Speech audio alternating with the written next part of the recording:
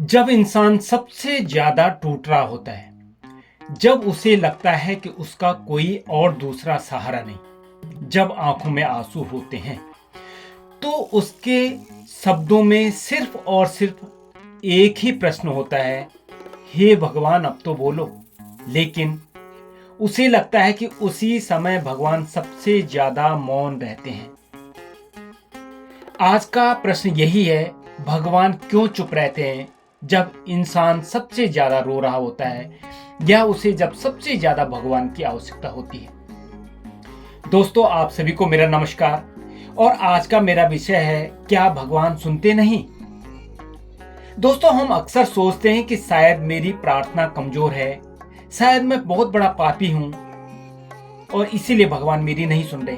लेकिन गीता में कुछ और ही लिखा हुआ है, यो मां पश्यति सर्वत्र सर्वं च मयि पश्यति यस्याहं न प्रणश्यामि सच में न प्रणश्यति।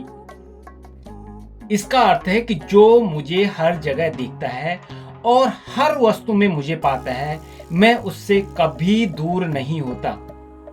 मतलब साफ है, भगवान दूर नहीं होते हैं, वह तो हमेशा हर पल हर क्षण हमारे साथ हैं। लेकिन फिर प्रश्न यही आता है कि तो फिर मौन क्यों, जब मेरे को उनकी बहुत ज्यादा आवश्यकता थी। दोस्तों, भगवान का मौन रहना अनुपस्थित नहीं है, एक प्रक्रिया है। आपने देखा होगा, जब बीज को मिट्टी में डाला जाता है तो हमें ऊपर से लगता है कि सब कुछ शांत है, लेकिन भीतर एक पूरा जीवन आकार ले रहा होता है। सत्य धीमे चलता है लेकिन कभी रुकता नहीं है। भगवान का मौन अनदेखापन नहीं है, वो निर्माण हो रहा है। महाभारत का उदाहरण ले लीजिए आप। द्रौपदी सभा में खड़ी है, अपमान हो रहा है, सब मौन है, यहां तक कि भगवान श्री कृष्ण भी मौन है। तब प्रश्न उठता है कि भगवान श्री कृष्ण अब भी चुप क्यों हैं? लेकिन जब द्रौपदी ने अपने हाथ छोड़ दिए, जब अपने को पूर्ण रूप से भगवान को समर्पित कर दिया, तभी चमत्कार हुआ। तो जब इंसान अपने अहंकार और सोचता है मैं कर लूंगा, मैं कर सकता हूं, मेरे पास ताकत है, पैसा है, इस बात को जब तक नहीं छोड़ता, भगवान मौन ही रहते हैं। कठोपनिषद का श्लोक जो मौन का रहस्य खोलता है, तो क्या है वो कि नायमात्मा प्रवचनेन लभ्यो न भेदया न बहुना श्रुतेन यमे वैश वृणुते तेन लभ्या तशेष आत्मा विवृणते तनूम स्वाम। आत्मा न भाषण से मिलती है न बुद्धि से, वह स्वयं को उसी पर खोलती है जो धैर्य रखता है।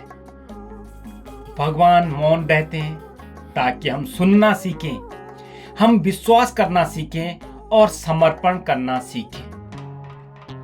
एक छोटा सा उदाहरण लीजिए, एक पिता की नौकरी चली जाती है, घर में बिल्कुल सन्नाटा, बच्चे पूछते नहीं है, पत्नी देखती नहीं, कहती नहीं, देख रही है बस।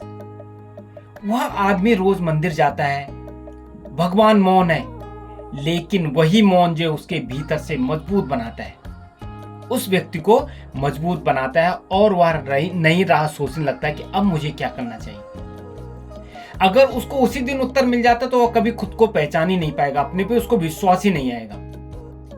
दोस्तों, आपने उत्तराखंड में देखा होगा, देवभूमि में देवता बोलते हैं, संकेत देते हैं, पहाड़ों की चुप्पी इंसान को तोड़ती नहीं, गढ़ती है। और आपने स्पष्ट रूप से संकेत देखे हैं, लेकिन मनुष्य बेचारा अपने लाभ हानि, जीवन के उथल पुथल के बीच जानते हुए भी अनजान बन जाता है। दोस्तों, भगवान का मौन सजा नहीं है, वह विश्वास की परीक्षा है। जब भगवान चुप होते हैं तब इंसान भीतर बोलता है।